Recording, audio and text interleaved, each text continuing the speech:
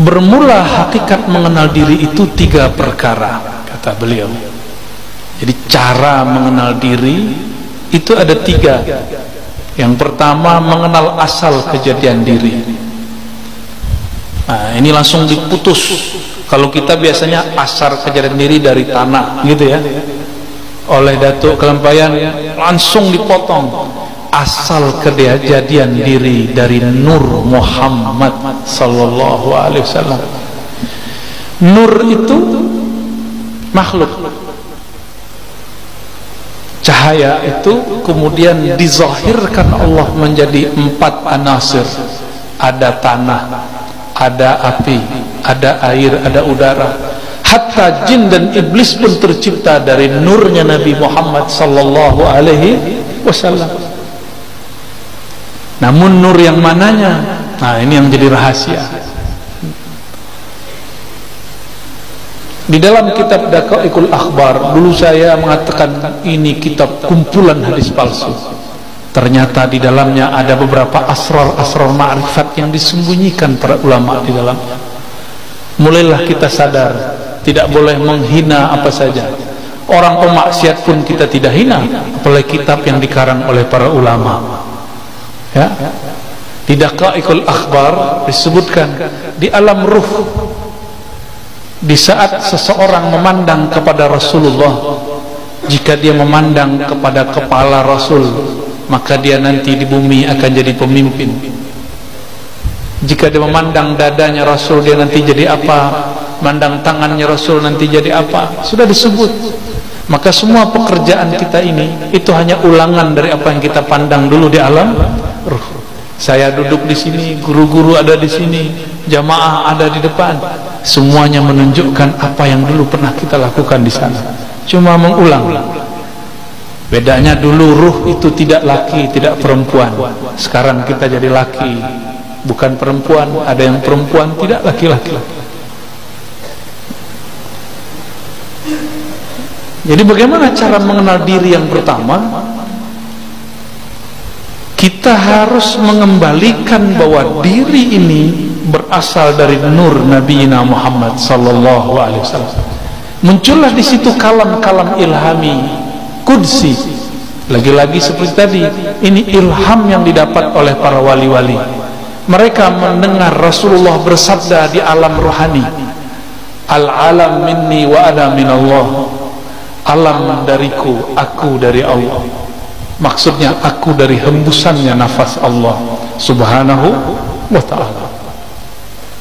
Ternyata di kitab Sirrul Asrar pun disebut, yang dinisbatkan kepada Syekh Abdul Qadir Al-Jailani, al-alam minni wa ana minallah, dan sejenisnya. Ada kalimat-kalimat sejenis ini.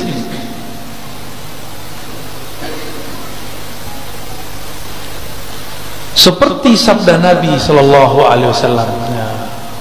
Kedua, menyatakan dirinya dahulu daripada mati. Jadi cara mengenal diri yang kedua, mematikan diri sebelum mati. Mati apakah? Ini yang kita kaji malam tadi di mana namanya, Bumi Sholawat ya.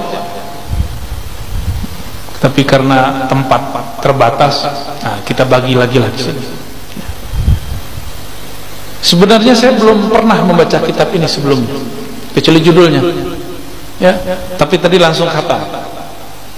Dalam waktu bersolawat langsung selesai ya, dengan baca sanad segala macam, kita tabarukan, kita ijazahan.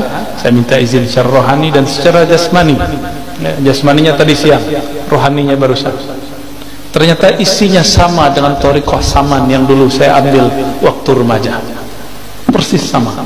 Dulu guru kita baca 2 lafaz ini, man arafa nafsahu faqad arafa rabbahu, lalu mutu qabla an tamutu.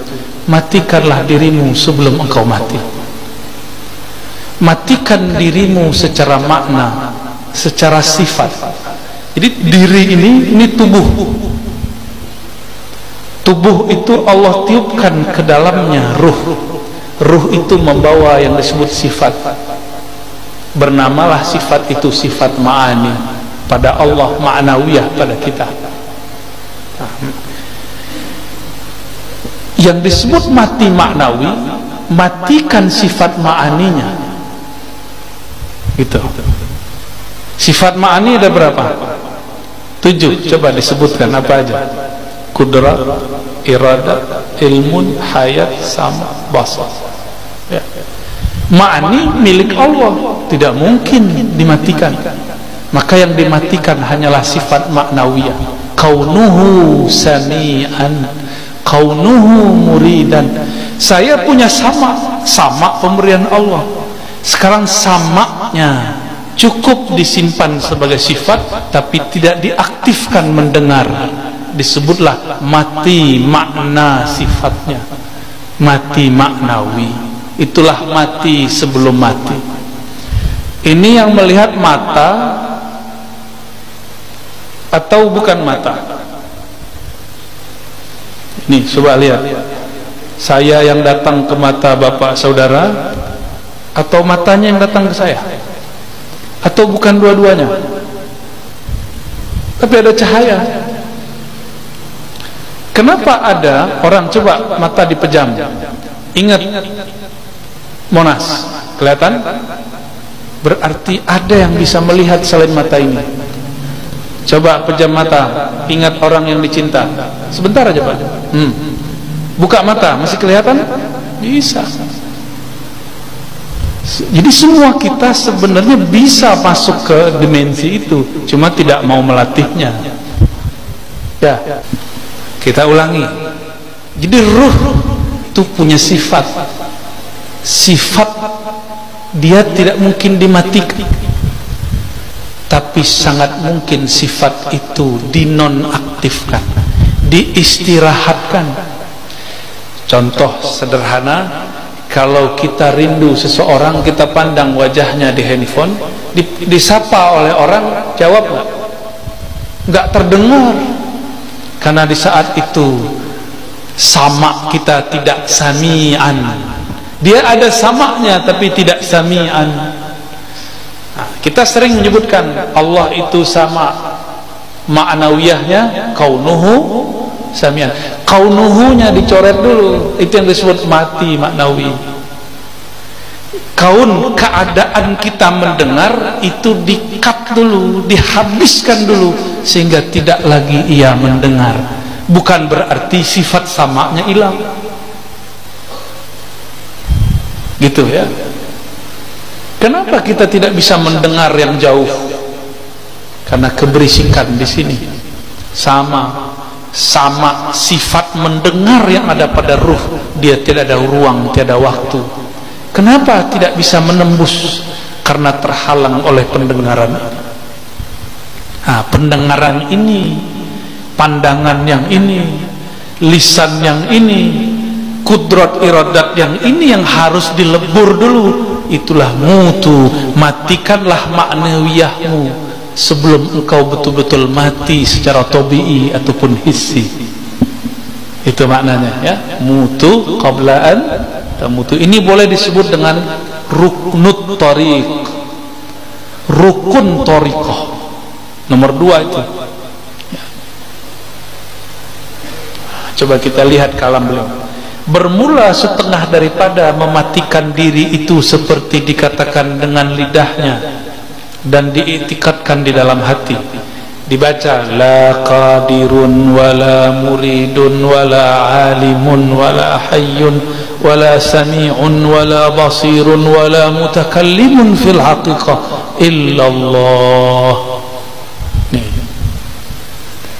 Bagaimana cara mematikan? Lisan berkata la qadirun, tidak ada yang berkudrat, yang berkuasa.